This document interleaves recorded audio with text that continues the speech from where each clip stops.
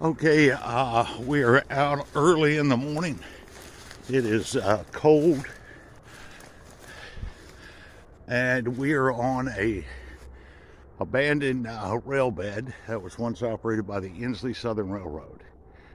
And so we are going to make our way down this rail bed to a series of old coal mines that date back to around 1904 or so, 1904 to 1910. And I guess we're going to see what we're going to find. But it's pretty cold this morning. Sun's just coming up, but best time of the day to start.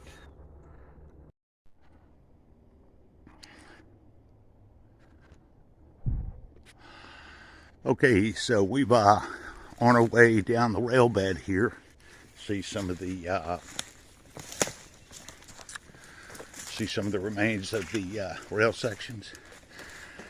And we've already checked out a couple of old drift mine sites, which are closed up. So as we keep heading on down the rail bed here, we're hoping to find some more coal drift mine sites here. So, but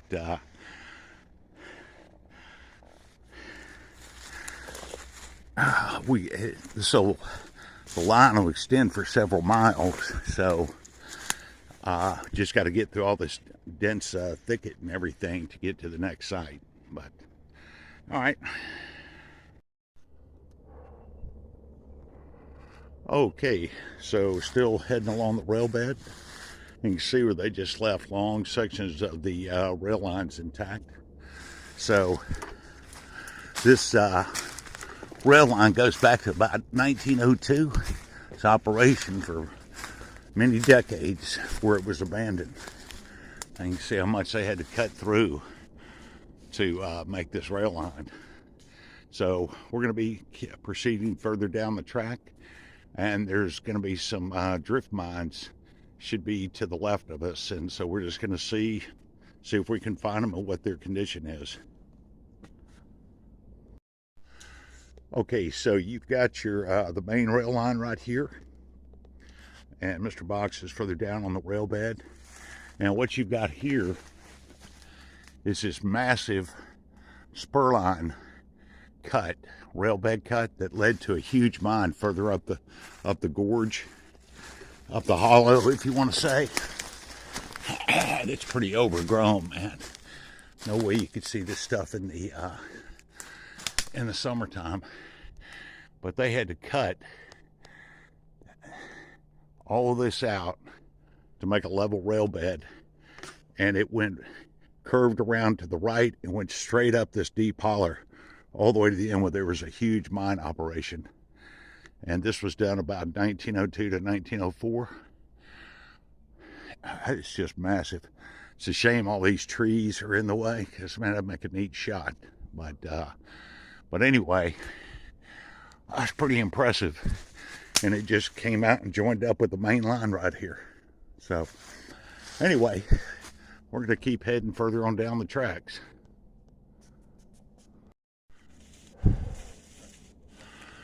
So we're back on the main line here, Ensley Southern Railroad, and we're heading for the next couple of mine sites here.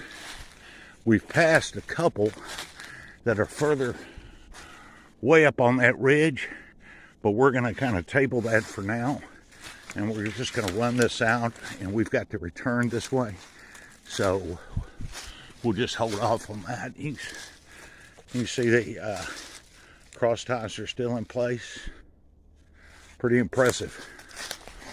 Probably, if you were to look under here, take your time, probably find some date nails. So Mr. Box is trailblazing the way.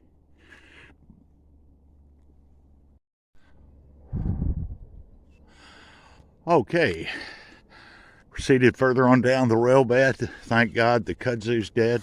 No way you're doing this in the summertime. So Mr. Box is veering off to the left, and there's supposed to be several old drift mine openings in this ravine. Right there, you can look further ahead, there's a rail bed cut. And so we're going to head back up in this deep holler here. and take a look-see and see what we can find as related to coal drift mines.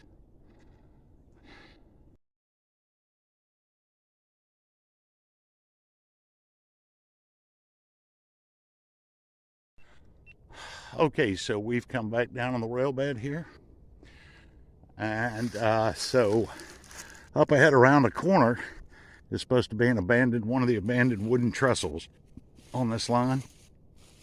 So we're gonna see if we can find it and take a look at it, and we'll probably slowly start making our way back unless we find something else. But anyway, beautiful backcountry here, very rugged. Okay, this is a look back on the rail bed here, and down below they had a spur rail line heading around the corner to the bottom of where Mr. Box is, and this is where the coal loading tipple was right here. And they had several different sidings. You can see that flat area, that's where the rail sidings were, and that berm right there was where the coal tipple began. And this area right here on the bottom, that's where the minecart tramway line was, because they had mines back up over there and back over here. So, all right, and keep following Mr. Box around the corner here.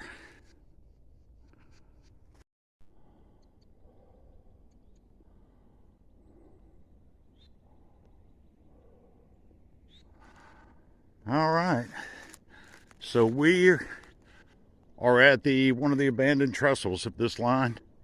There ain't much left of this one.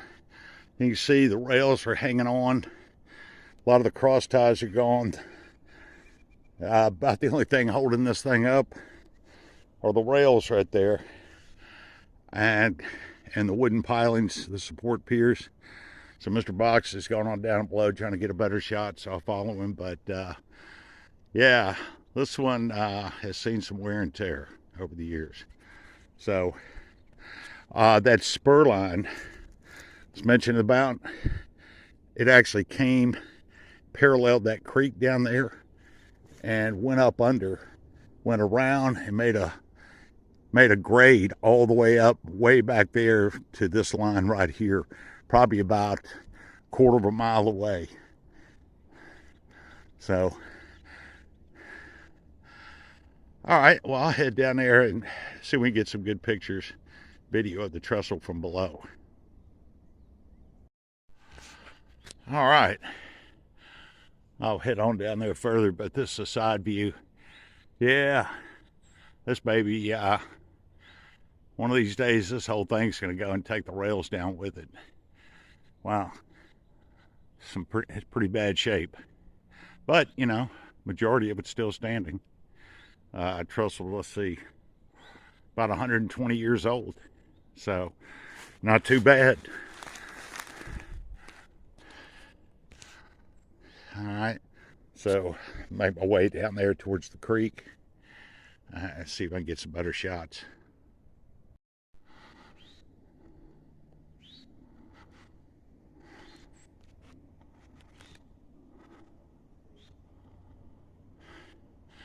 All right, a little bit better view. I think Mr. Box is somewhere down there underneath the pilings, piers. But, well, I'll tell you, they made it solid.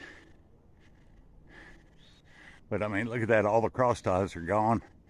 The only thing left, man, are the rails on top.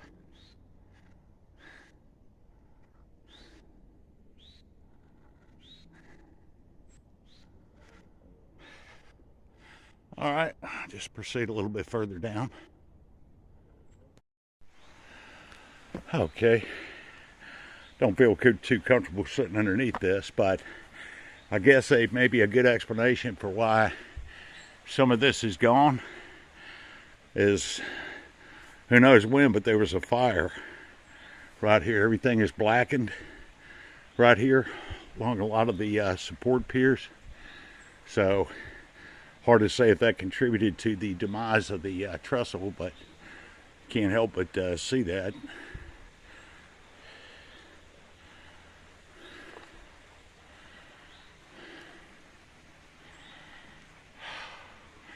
That must have been a chore to bring all this stuff out into the dadgum wilderness and build this.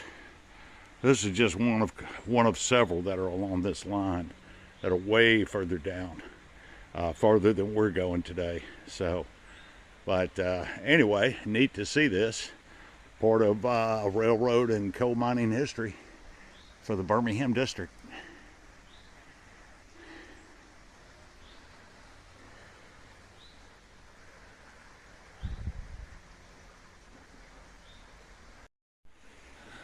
Okay, it's a little bit better view from the other side, right there. Mr. Box, he's way up on the other side. I don't feel like making that climb. I got to climb this. So one climb's enough for me. So looks like the trestle easily is about a minimum of 80 feet in height. Maybe a little bit more, but looks like a good 80 feet. Maybe about 300 feet in length. Solid wood. So you got the creek right there. You got the pilings still in place. The lintels, if you want to say. Foundation supports.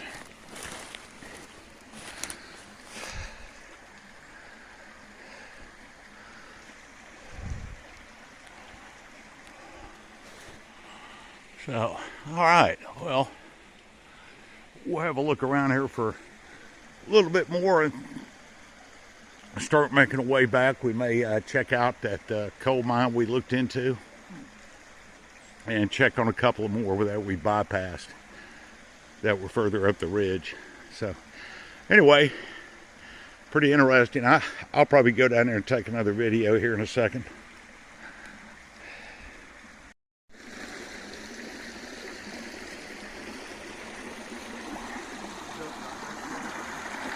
About 1904. So, was able to get down. Thank goodness for boots right here. That water is ice cold, man. So, the foundation's looking good shape.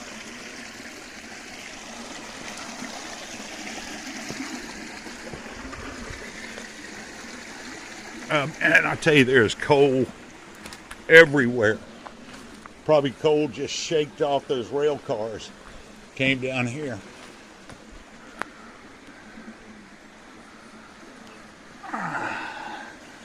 You can see those rails, no cross ties. They're just hanging out in space.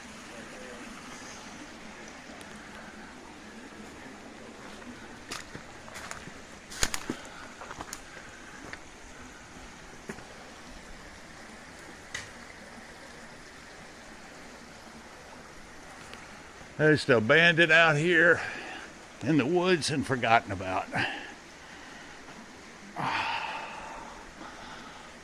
All right, well, guess that'll about do it for checking out this old railroad trestle. Probably take a break for a few minutes. We head on back, check out maybe a couple more coal mine sites before we call it a day. But impressive, this section still standing with those supports. I just think that wood is 120 plus years old. All right.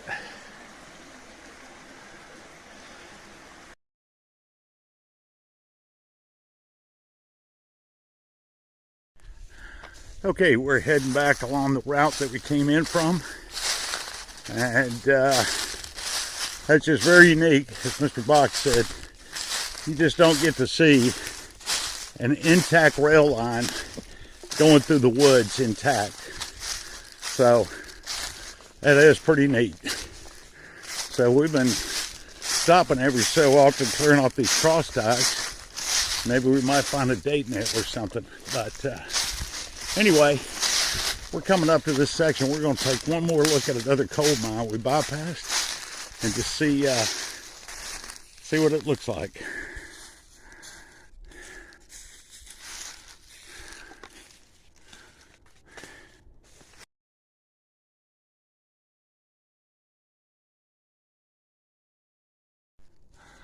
Okay, we just deviated off the rail bed, came over the ridgeline. We were looking at a couple of possible air shafts and upper coal seam drift mine locations.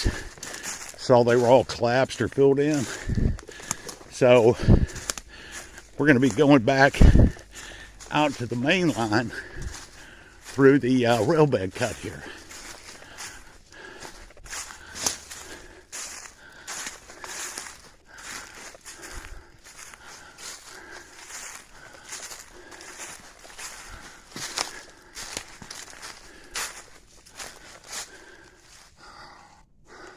There was supposed to be a big drift mine entrance somewhere here in the cut. I got a feeling I think that was it right here. So anyway, we'll go ahead and get on through this and get back to the main line.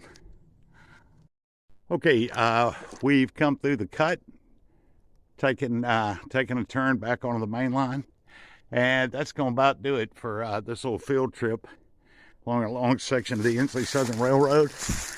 Looking for some old coal drift mines, and yeah, we did okay. The trestle was pretty neat, but we're going to be heading on back this way, and got to get a long way back, and got to get to a service road. So, but anyway, really great trip, and just absolutely beautiful scenery out here. All right.